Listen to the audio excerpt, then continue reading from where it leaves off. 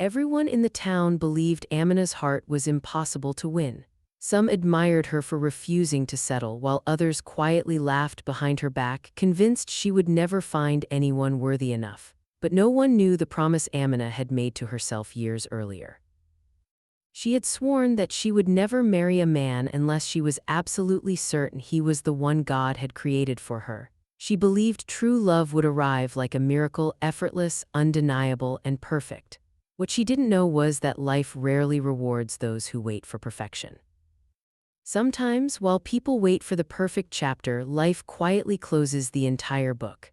Amina grew up in a peaceful neighborhood on the outskirts of Accra, Ghana. Her father, Kwaku, was a respected school principal whose wisdom made him one of the most admired men in the community. Her mother, Efua, owned a small tailoring shop where she stitched clothes for families from nearby villages. They were not wealthy, but they had something money could never buy: a home filled with respect, kindness, and unwavering love. Every evening they gathered around the dinner table, sharing stories about their day before ending the night with prayers. Watching her parents, Amina believed that marriage should never be entered out of desperation. It should be built on admiration, trust, and genuine affection. As their only daughter, Amina was raised with great care. Her father often reminded her, "Never allow anyone to make you feel like choosing you is a favor. The right man will recognize your worth without being convinced." His words became deeply rooted in her heart. But as the years passed, those beautiful lessons slowly transformed into expectations that no ordinary man could satisfy. By the time Amina graduated from university with a degree in finance, she had become one of the most admired young women in her community. She was intelligent, graceful, hardworking, and strikingly beautiful. It didn't take long before marriage proposals began arriving. Her parents welcomed every family respectfully, believing one of those visits might introduce the man destined to spend his life with their daughter. The first proposal came from Kojo, a humble civil engineer who had recently secured a government job. He wasn't rich, but everyone described him as disciplined and honest. During their conversations, Kojo listened carefully whenever Amina spoke. He asked about her dreams instead of talking endlessly about his own. Before leaving, he looked directly at her father and said, "I cannot promise a life without struggles, but I promise she will never face those struggles alone." It was a sentence that touched everyone in the room except Amina. After Kojo and his family left, her mother smiled gently. "He seems like a good man."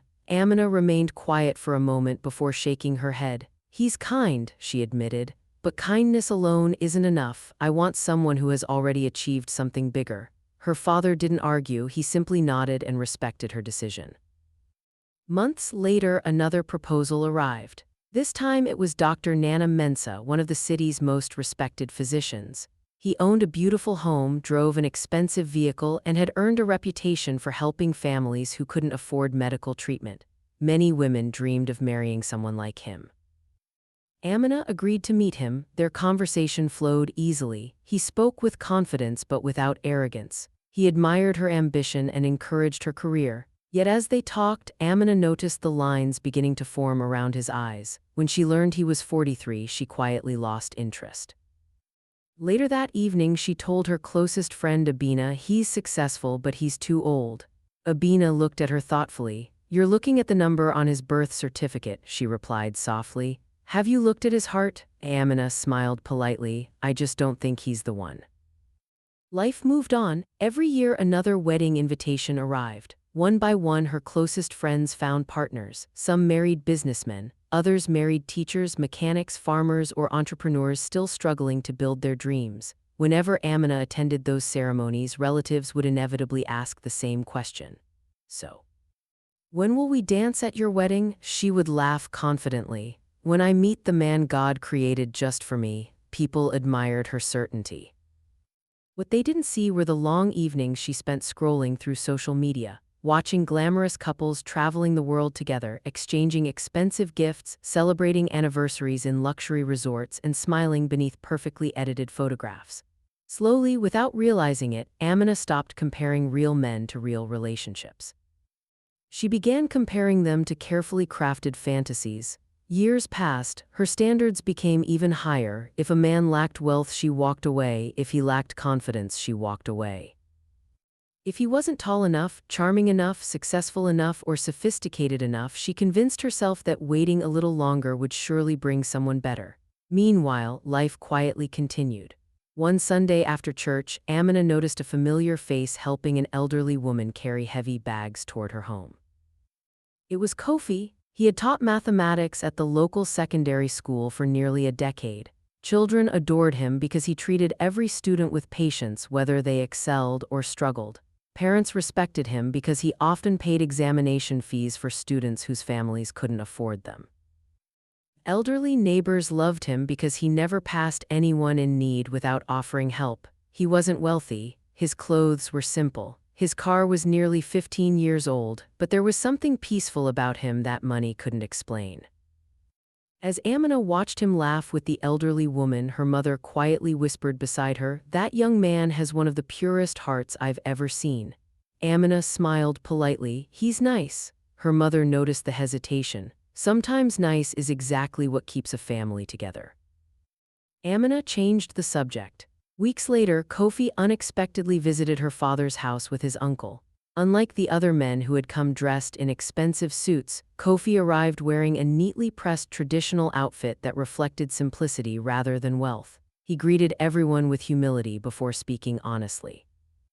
"I know I cannot compete with men who own companies or large businesses," he began. "Teaching has never made anyone rich, but every child I educate becomes part of my life's purpose. If Amina chooses me, I promise to honor her dreams as much as my own." There was no performance in his words, no attempt to impress anyone, only honesty. After they shared dinner, Kofi asked if he could speak privately with Amina in the family garden. For several moments, neither of them spoke. Finally, Kofi broke the silence. "I've admired you for a long time," he admitted. "Not because everyone says you're beautiful. Beauty changes with time. I admire your strength, your discipline, and the way you care for your parents. I don't expect an answer today. I only wanted you to know my intentions are sincere." Amina appreciated his honesty. She truly did, but appreciation wasn't love. "Kofi," she said gently, "you're a wonderful man. Any woman would be lucky to have someone like you." He smiled, but she lowered her eyes. "I don't think we're meant for each other." There was no anger in Kofi's expression, no disappointment that could be seen, only acceptance. "I respect your decision," he replied quietly. "Real love cannot be forced." He stood, thanked her for her honesty, and walked back toward the house. Before leaving, he shook her father's hand firmly. "Thank you for welcoming me into your home." Her father accompanied him to the gate. As Kofi drove away in his aging car, Kwaku remained standing there longer than usual. When he returned inside, he looked at his daughter with unusual seriousness. "Amina," he said softly, "do you know what worries me?" She looked up. "You keep searching for a man who has everything, but you rarely ask whether he has the heart to protect yours." His words lingered in the room. For a brief moment, Amina questioned herself. Had she become too selective? The thought lasted only a few seconds. Deep inside, she still believed the perfect man was somewhere ahead. She had no idea that behind her. She had just watched one of the greatest blessings of her life quietly drive away without ever looking back. The years passed so quietly that Amina barely noticed them slipping away. At first, she told herself that there was still plenty of time. 30 became 33, 33 became 36. Before she realized it, she was approaching 40. The dreams she had once imagined so vividly were still alive in her heart, but the excitement that had accompanied them had slowly faded. Whenever relatives asked about marriage, she smiled politely and changed the subject. It was easier than explaining that the man she had spent years waiting for had never appeared. Life, however, had not stood still for anyone else. One afternoon, Amina attended the wedding of her youngest cousin. As she looked around the reception hall, she noticed something that made her heart sink. The little girls who used to run around during family gatherings were now young brides. The boys she remembered as playful teenagers had become husbands and fathers. Even her closest friends were chasing toddlers across the dance floor while laughing with their spouses. For the first time, Amina didn't feel different because she was successful. She felt different because she was alone. That night, she returned to her beautiful home, placed her handbag on the dining table, and looked around the silent rooms. Everything was exactly where she had left it that morning. The furniture was expensive. The decorations were elegant. The house reflected years of hard work. Yet the silence inside those walls felt heavier than ever before. A few months later, life dealt her a blow she never expected. Her father collapsed while teaching at school. The man who had always stood tall suddenly became weak.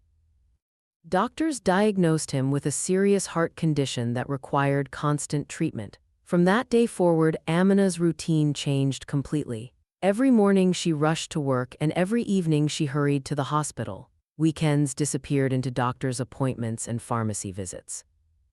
She watched the strongest man she had ever known struggle to walk across a room without becoming exhausted. One evening, as she adjusted his blanket in the hospital, Kwaku reached for her hand. "My daughter," she smiled through tired eyes. "Yes, Papa." He looked at her for several moments before speaking. "Do you remember the teacher named Kofi?" The question surprised her. "Of course," her father nodded slowly. "I saw him last week." Amina remained silent. "He visited me after hearing I was sick."